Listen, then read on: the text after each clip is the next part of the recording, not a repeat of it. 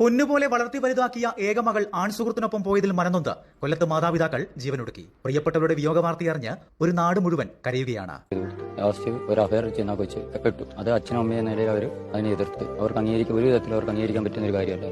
നിന്റെ അച്ഛനും ഞാനും അരിക്കുമെന്ന് പറഞ്ഞു കത്തെഴുതി വെച്ചേക്കുന്ന പറഞ്ഞാൽ നല്ലവരായ നാട്ടുകാർ ഇതേപോലെ മതിൽക്കെട്ടിനകത്തോ കയറ്റരുത്. അവരുടെ ഇത് കഴിയുന്ന ചടങ്ങുകൾ കഴിയുന്നിടം വരെ മോളം നല്ല എഴുതിയേക്കുന്നത് ഉണ്ണിമായി എന്ന വ്യക്തി എന്ന് അവർ എഴുതിയേക്കുന്നത് വേറെ ഒന്നുമല്ല. അല്ലാതെ എന്റെ മോളെന്ന് പോലും അവർ സംബോധന ചെയ്തിട്ടില്ല. ഒരു മോളെ അത്ര പ്രതീക്ഷയോടുകൂടി വളർത്തിയതാണ്. ഒരു മോളെ ഉള്ളായിരുന്നു. രണ്ടാമതൊരു കുഞ്ഞിനെ കൂടെ വേണമെന്ന് ഞങ്ങൾ കൂട്ടുകാരായി ഞങ്ങൾ എല്ലാവരും നിർബന്ധിച്ചു. അപ്പോൾ അവൻ പറയുന്നത് ഇനി ഞങ്ങൾക്കൊരു കുഞ്ഞ് വേണ്ട, ഈ ഉള്ള കുഞ്ഞിനെ ഞങ്ങളുടെ സ്നേഹം കൊടുത്ത് വളർത്തി മുന്നോട്ട് കൊണ്ടുവരണം. ഈ അച്ഛൻ്റെ അമ്മയുടെ മുഖത്ത് നോക്കി ചിറങ്ങിപ്പോയത് ഒന്നുമില്ലെങ്കിൽ അവന് ഡയാലിസിസ് പേഷ്യന്റ്. ഈ കുട്ടികൾ എന്ന് പറഞ്ഞാൽ ഏത് കുട്ടിയായാലും വന്നാൽ ഇത്ര നാളത്തെ പരിചയമുള്ളൂ. അച്ഛനും അമ്മയെന്ന് പറഞ്ഞാൽ കുഞ്ഞിലെ മുതൽ അവരെ വളർത്തിക്കൊണ്ടുവരുന്നത്. ആ ഒരു സ്നേഹം അവർ എവിടെയോ ഉള്ളവരത്തിന് വേണ്ടിയിട്ട് മാറ്റിവെക്കുകയാണ്. അമിതമായി ഗുളിക കഴിച്ചാണ് ഇവർ മരണത്തിന് കീഴടങ്ങിയത്. ആശുപത്രിയിൽ പ്രവേശിപ്പിച്ചുവെങ്കിലും ബിന്ദു വെള്ളിയാഴ്ച രാത്രിയും ഉണ്ണികൃഷ്ണപിള്ള ഞായറാഴ്ച പുലർച്ചെയുമാണ് മരണപ്പെട്ടത്.